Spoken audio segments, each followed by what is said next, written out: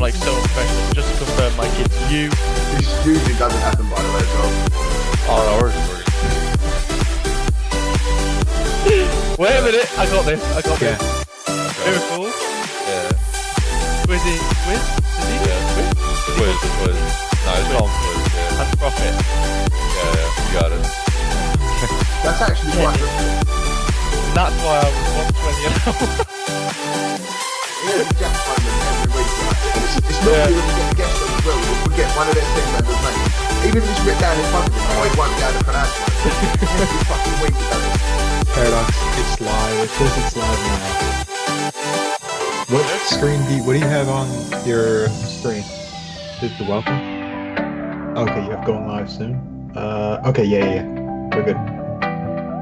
Right, let's get Johnny to tweet first. Well, let me... Right, I'm ready whenever you are, Powder. Muted.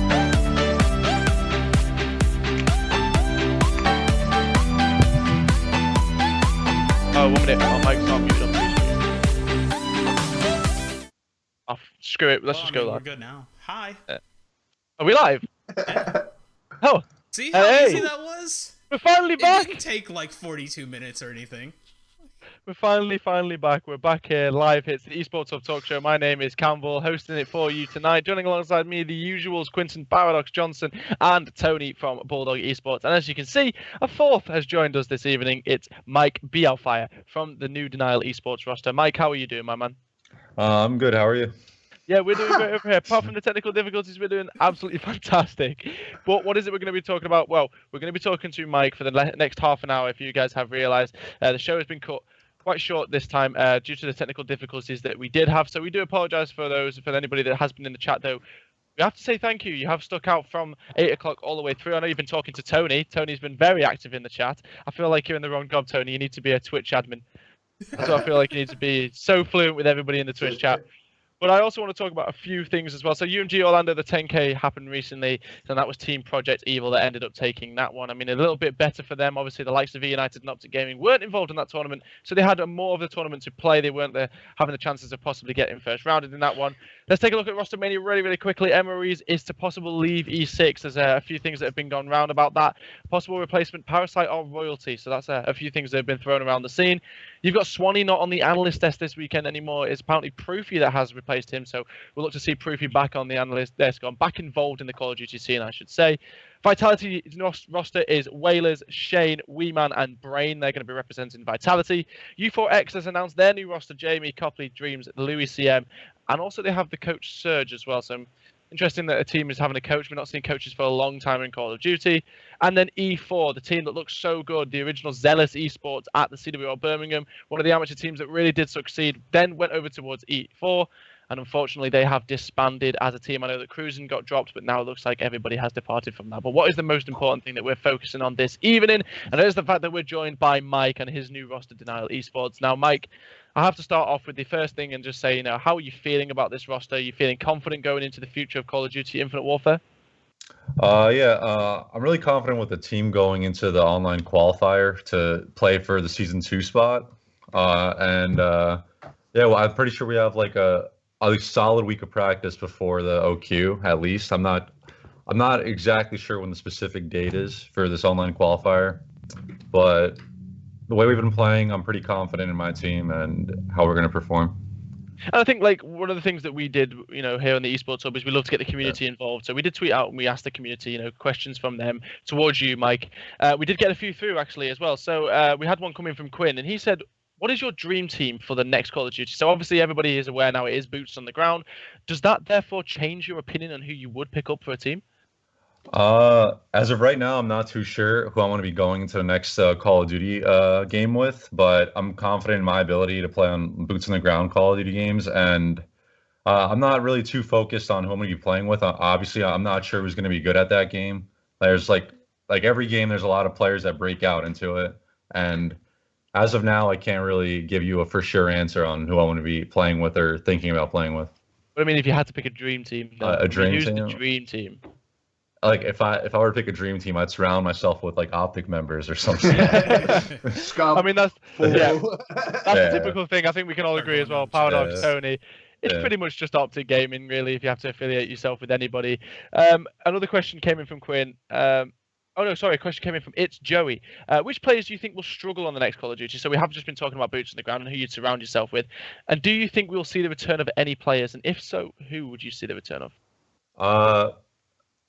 So for the returning players, I'm going to go with like Proof. He's going to come back. He's obviously a great boots on the ground player. He's going to be at the analyst desk for the playoffs. He's a really underrated player, I feel like, for boots on the ground games. He's obviously won X Games and such, so he's definitely going to make a big comeback into the game. Alongside with Dito, I'm pretty sure he's going to come back. If you guys aren't familiar with him, he was on Evil Geniuses and Ghosts. Definitely also a great player.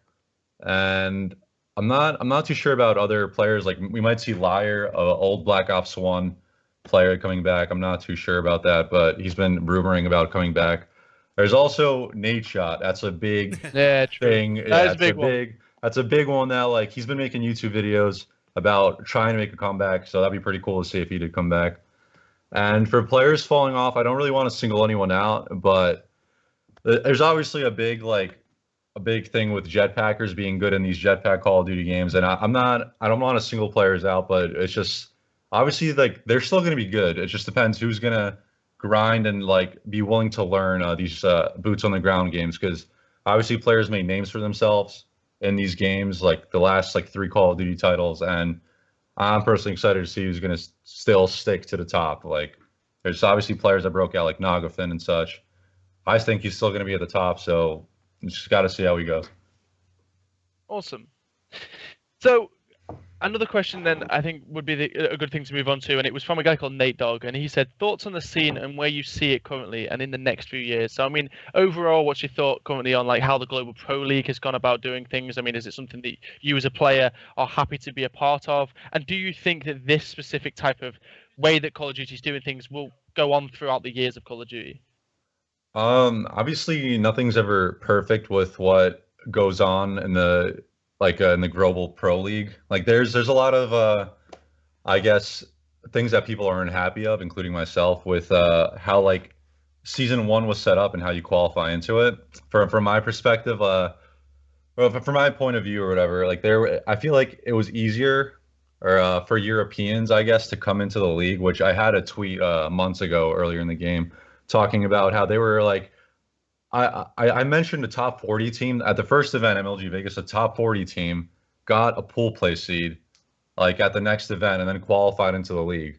And there are other teams in the like in the world, I guess, that placed better and deserve like that kind of opportunity. And I feel like that's a little off with that. And also like the slots, I guess, given. I feel like Europeans should have like their certain amount of set slots, and North Americans should have their set slots, not like have it shared into one big thing. Because now there's obviously a relegation going on where a lot of Europeans have to play for like their spot in season 2, which I feel like they'd obviously deserve more spots too. There's a lot of good European players and teams out there. So obviously 12 isn't a good number of like slots in the World League. I guess I would put it at 16. That would just make more sense, because there's so many good teams in the world, obviously, and North American players and teams out there that deserve it. And that's just my opinion on like how many slots are out there. There's obviously have other things I'm not happy with, but that's for like another time. Well, Astrid Esports asked a really good question. I kind of want to get you and Tony involved in this one, because it's about amateur organizations. Now, if you don't know, Mike, Tony does own an organization called Bulldog Esports. And the question from Astrid Esports, anyway, is just in general, what are your thoughts on the building and structure of amateur organizations? So is there any key advice that you could give Mike, and I know Tony will give as well, on amateur organizations? Obviously, what players ask for, pro players, I guess, ask for a pretty inflated number for like a salary, let's say. Like obviously you might have dealt with that, but players, I guess the scene nowadays compared to like a couple of years back, a lot of players ask for like pretty big salaries that orgs cannot like offer, because it's like it obviously needs sponsors and backing and investors to help, I guess, like provide all that. And that's like the biggest thing to own and I guess maintain a team over like a long time period of like, I don't know, if you have like a year-long deal with a team or something, that's the biggest thing, I guess, that an organization owner would need. It's just the backing and investing and the support from like I guess companies and stuff to really maintain a team. And I feel like if a owner would have that, it would be a lot easier to have bigger names and I guess like a more consistent team overall, like compared to picking a bunch of amateur players up. I guess that is the easier investment to make. They're not that expensive and such. It's just that's what the scene is like nowadays, and obviously it sucks for the investor or like the organization owner, but it's just something the COD scene turned into now. So I guess if you don't have the funding, it's hard to maintain the team. I mean, I think the best thing to do is ask a man himself. I mean, is this something you've come across before? Obviously, we've spoke about it, Tony, the discussion of salaries and players demanding, very like large amounts of money, even from the amateur level. I mean, it seems like you go to one event, get a good place, and then you're immediately $2,000 a month. Is that something that you've seen? You don't even need to have a good event. You can just be French, and they make almost everyone a pro. Like some of the players, we knocked some of their teams out at the last event when we finished like top 12 to 16, and they're on salaries. Like, what are you doing? My players ain't on salaries. We just beat you at an event. You know what I mean? It's crazy. I think the problem lies sometimes with you get people coming into esports that don't understand esports. Right, so they won't know. So they'll just see some kid on Twitter with 4,000 followers, 5,000 followers, 10,000 followers, and he'll go up to him and he'll say, "Look, I'm a really good COD player. If you give me this, I can make you a good team." And then they're just trying it. The people don't know who they're talking to. So they go, "Yeah, well, I've got some money. Yeah, go have some money." And then from that point on, that person always thinks he deserves a salary, which isn't true. You know what I mean? And they all of a sudden, the bloke realises, wait a minute, I've got a load of idiots here, drops them. And then every team they go to, they go, "Oh, I was getting a salary there. I expect a salary now." They don't realise you only deserve a salary if you're doing something worthwhile. You know what I mean? If you're getting in the placings, if you're getting interactions, if you're getting companies interested in the org, fair enough, you deserve a salary. If you're streaming from, for example, pulling in 1,000 viewers or something like that, something that's worthwhile, then yeah, the org can make money off this, so you deserve money. If you're not doing anything worthwhile, why do you deserve the money? Just because you've got a couple of followers? I could do a competition for half the money and get twice as many interactions and analytics from my org than I can from wasting it on you. The way we've got round it is I've had my captain with us, Pato, now for like 2 years, and we've built a team around him. And it was someone that I knew was good, someone I could trust. So I started there, and we started slowly. And well, it's that thing. Loyalty is priceless. Yeah. Well, like I said, now we was one of the only amateur teams that got to the Sunday with the pro teams at the last CWL event in the UK. So we finished. There was us and E4. Every other team was salaried. You know what I mean? And we're not taxing teams that are on small salaries as well. So it can be done, but you just got to be careful about it. Surround yourself with good people. Mm-hmm. Don't just pick up anyone. Try to surround yourself with good people. Find someone you can ask advice to if you're just starting out that you trust and has done it. And just be patient and trust in your players and try to build a team. Don't be so quick to split a team up. Well, I don't think I could have got a better answer for you after Esports. If you'd paid me a salary for it, I don't think I could have got you a better answer. But just coming in there from Mike and Tony, great advice from them too. But I mean, that's the questions from the community, and we thank everybody for getting involved. But we want to talk about the most important thing, and that's what's happening this weekend. And while we've got Mike here, and obviously Paradox and Tony, we want to talk about the Global Pro League. It's finally time. The playoffs are happening this weekend, and there are some serious matchups going down. You take a look at it. Starting off, we got Splice versus EG, E United versus E6, Envy versus Luminosity Gaming, and the A Classico. Well, is it the E Classico? Because I mean, I would say the E Classico is probably Envy Optic, but it's definitely up there as a big match. I mean, you've got FaZe versus Optic as well. So I think the first thing I want to do is kind of go in with the prediction side of things and just get an overall opinion really quickly on who we think might take these matchups. So, Tony, I mean, I'm talking Splice, and all I can see in your eyes is, Splice is taking this one 3-0. It's going to be easy. I mean, you're the biggest EU fan I think we've ever seen. We found out from the last show, Tony, that apparently I throw EU under the bus. You do, I'm going to go there. I'm going to go there. Do you know what it is, Mike? Right? As soon as we've got someone from America on, right, he just Jack completely denies where over. he's come from, right? And he's just like, "Oh, America, ooh." Do you know what? I'm going to change it up then. I am now ANZ through and through. ANZ region. I'm freak. When was the last time you even watched an Australian event? Sydney or Sydney? Right? Did you actually watch Sydney? Yeah. He's Googling. No, Mind Freak won it again. They dropped one map of the entire event. Yeah, I'm reading the brief from last week. You're going through the brief from last week that I wrote. Wow. Oh, hashtag Team Mind Freak. Anyway, So Let's move on to predictions of the Global Pro League anyway. I want to go from left to right, and on my screen it's Paradox first. And I always seem to pick on you, Paradox, but you got Splice versus Evil Geniuses. Splice, the Titans of Europe, the team that everybody has their faith in, versus EG, the team that scraped through in the end, but then when it came to the Global Pro League, they looked dominant. They looked like a team that deserved to have that spot for you. Which way is this one going, Paradox? Generally speaking, I'm leaning towards Splice. However, one thing that I'm paying attention to for EG is how they can actually turn it around. Because one thing that they were really able to do really well in their group was adapt, right? Everyone's talked about they started out 0-2 and then had this sort of, I guess you could say, miracle run, at least a little bit. They finished off really strong. So if they come in playing like that, then this is actually a series where it's kind of a bit of a sleeper. It could possibly go the other way, but also I feel like you would have to get a Splice that's coming out a little bit slow. Leaning over towards Splice, but EG can make the upset. So, Tony, for you, I mean, I wouldn't expect anything else but a Splice 3-0, but, you know, is it Splice 3-0 through and through? Of course it is. Every prediction. Of course it is. Mike, we're going to go to you for your prediction. You got Splice versus EG. Which way is this one going for you? I'm going to say it's leaning towards Splice. They're a more consistent team, obviously, but EG did have that run at the end of the that tournament for like playoffs or whatever. And the reason why was because of their nameless swapped roles, which played a huge impact if you really paid attention to the game. And I guess if they've been practicing with that, it could cause an upset. But with Splice being the more consistent team, I just see them like taking the series pretty cleanly unless EG show up with the energy that they had.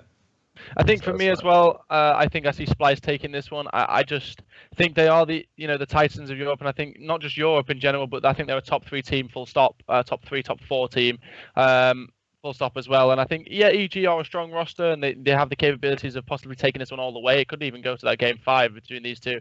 But I will have to wait and see with that one. So moving on to the next one, Paradox, E United versus E6.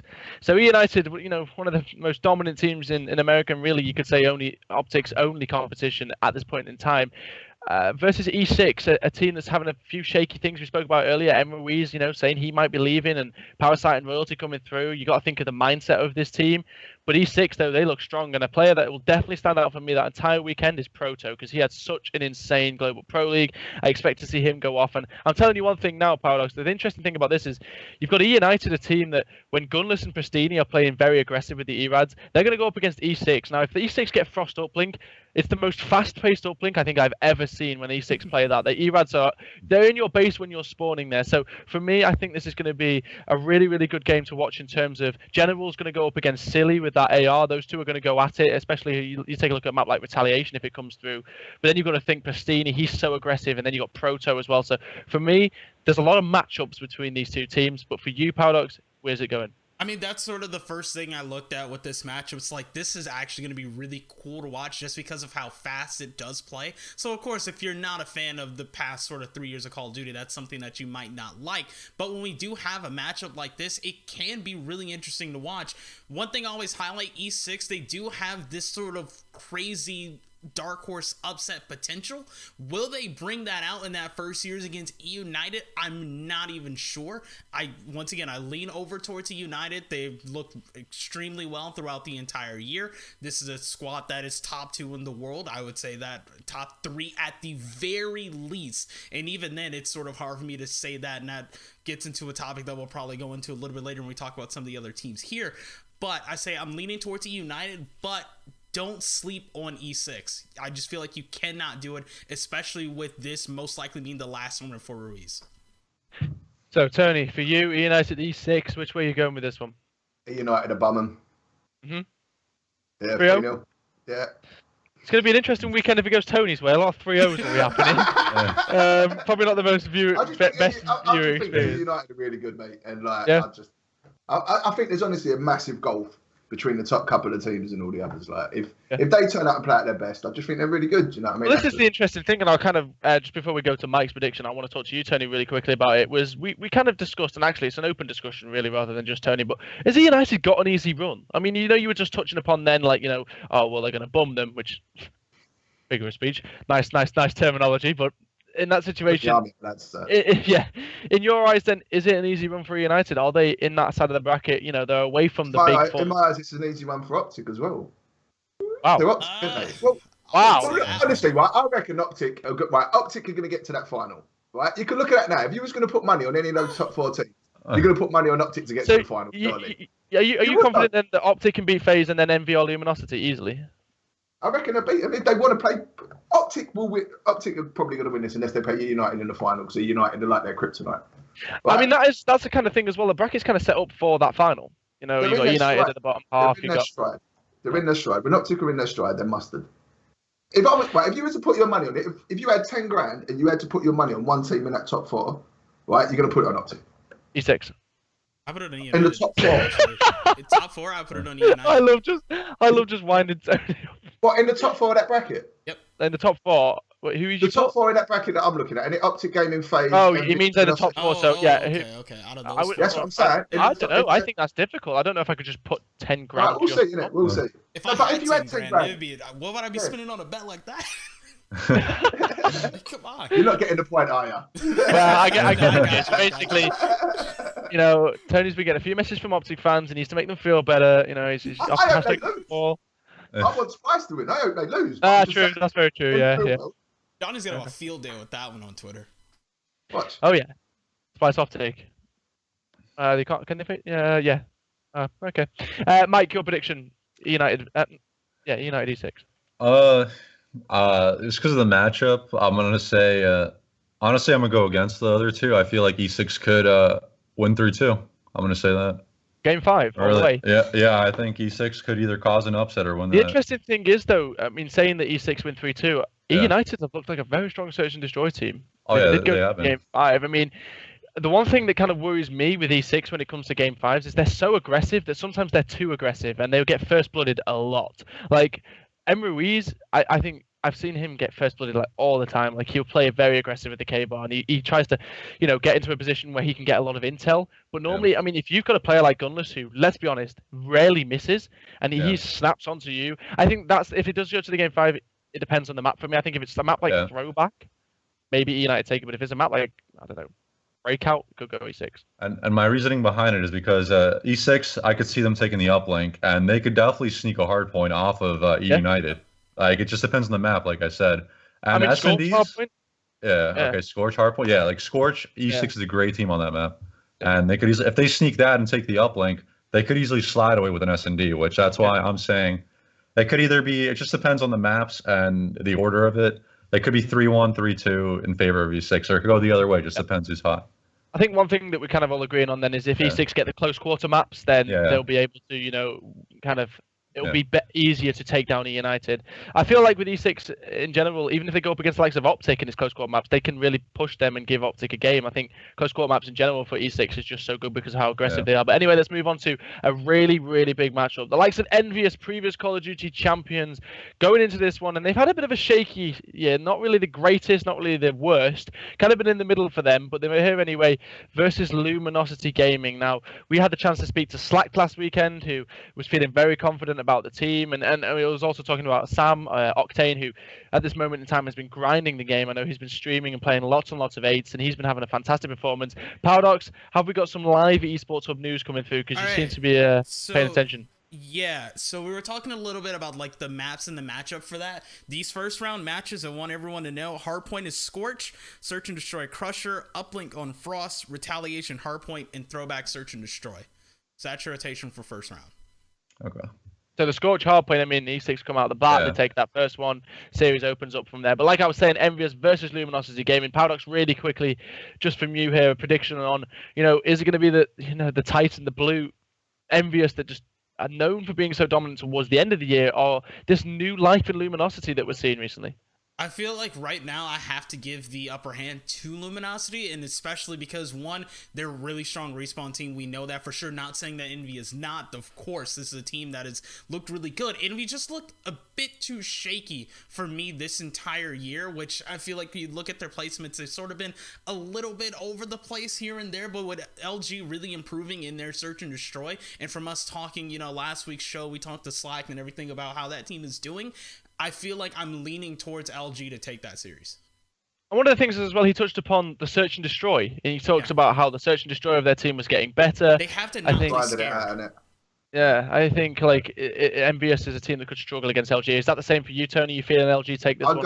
I'd go with them just because he seemed pretty confident last week when we Yeah. were talking to him. Like, and I'm all about the mindset of the players and shit. Well, I mean, and when stuff we like asked that. him who he wanted, he kind of said anyone. He doesn't even matter if he got Optic. So, like, I think we can agree with that one. Score Thing is, prediction, though- Tony? Do you know what? I think this is going to be closer. I think this might be like 3-2. Okay. Paradox, what were you going to say? I was gonna say, with LG, their search and destroy, a key for them, at least right now, so them to not play scared. If John pulls out that sniper and starts getting first bloods, that completely changes the way LG plays search and destroy. So if it goes to a game 5 and you have a situation like that coming up, then Envy can take it. Like, I mean, I feel like this was a coin flip either way, leaning a little bit towards LG, but it really, for me, it comes down to those search and destroys. Like, that is key You for might- LG. Yeah, I'm I gonna think I can agree as well.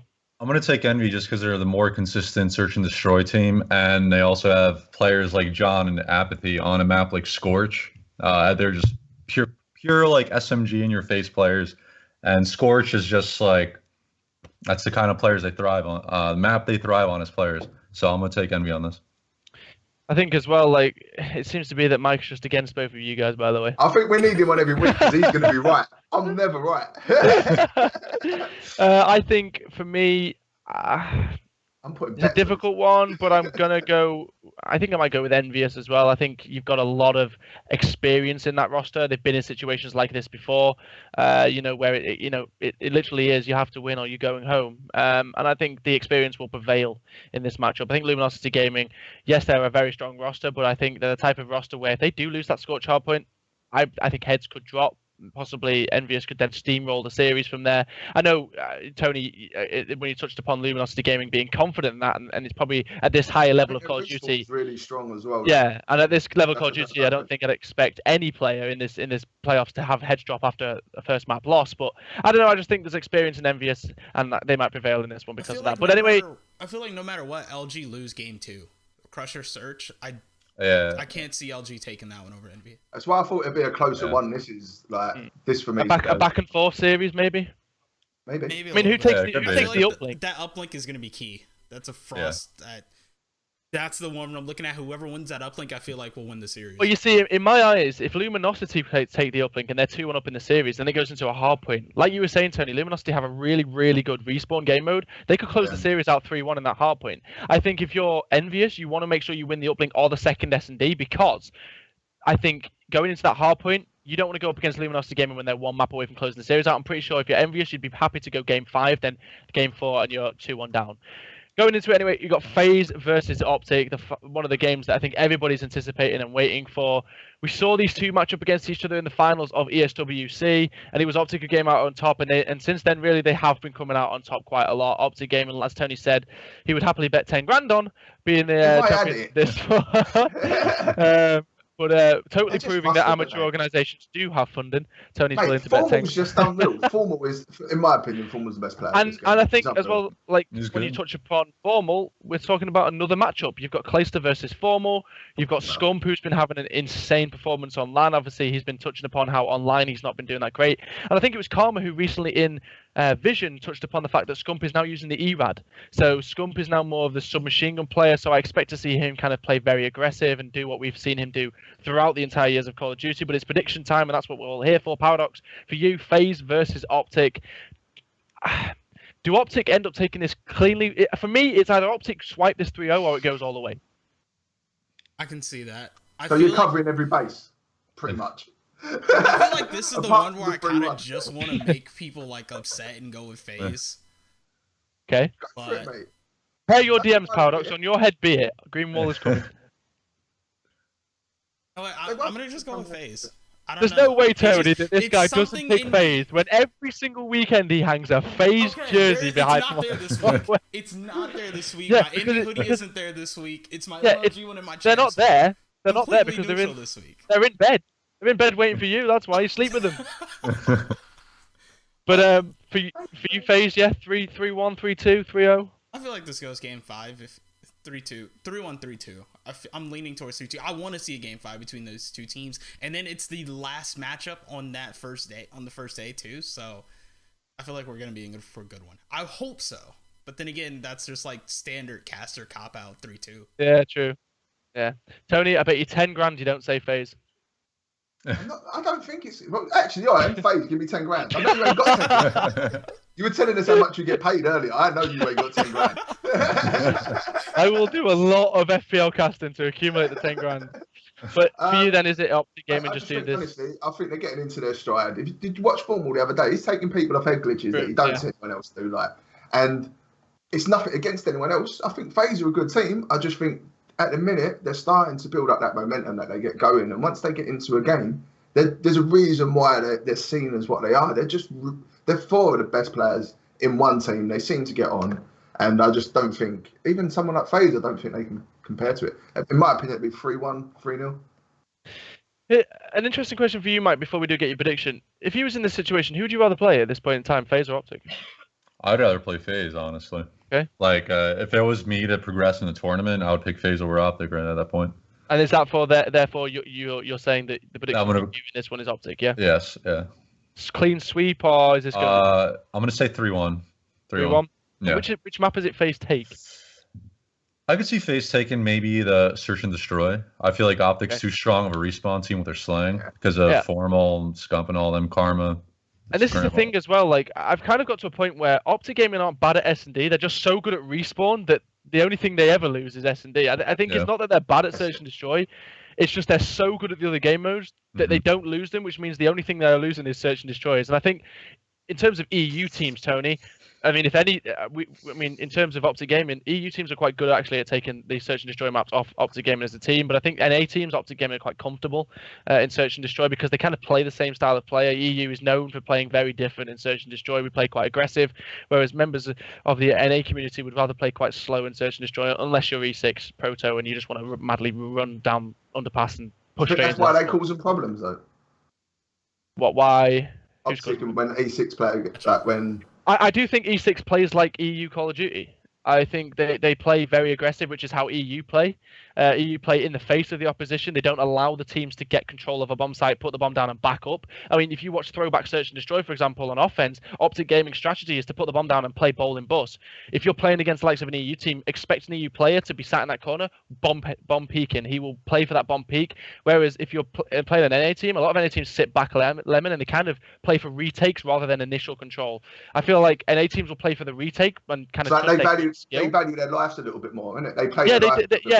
I think. And EU teams are like, because EU teams, I think, we know that against a lot of the American teams, our gun skill isn't as good as theirs. So I think if we play for the initial control and we get the bomb sites before we allow them to plant, we then put them in a situation. I'm calling them like they're a different race, but you're usually NA every week anyway. Well, so.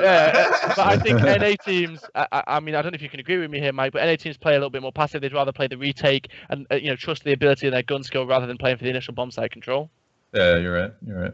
I feel like that's something that we see a lot. But anyway, guys, it was a bit of a weird timing on our show. Normally we start at 8 and finish at 9, but today we started at 9:15 and finished at 9:15. So interesting time for that one. But we thank everybody that joined us. And while I thank all of you guys that joined us, I want to thank the guys that have joined us here on the show as well. Thank you very much to you, Paradox, for being here once again. Thank you. Always a pleasure. Thank you very much, Tony, for joining us. Yeah, I've got to go back to work now, bro. That's the sad part, isn't it? Got to go back to work.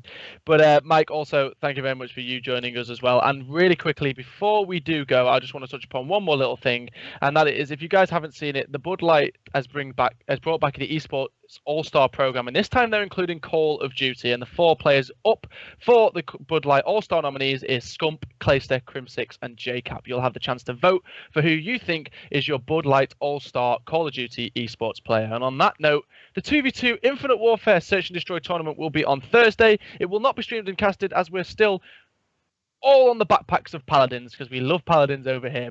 And Paladins has really been the thing recently that we've been involved in. And if you're interested in playing Paladins, make sure you check out on our website, because we've been doing a lot of Paladins tournaments. But on the topic of Call of Duty, it will be 2v2 Infinite Warfare Search and Destroy. Guys, thank you very much for tuning in. And on that note, peace out.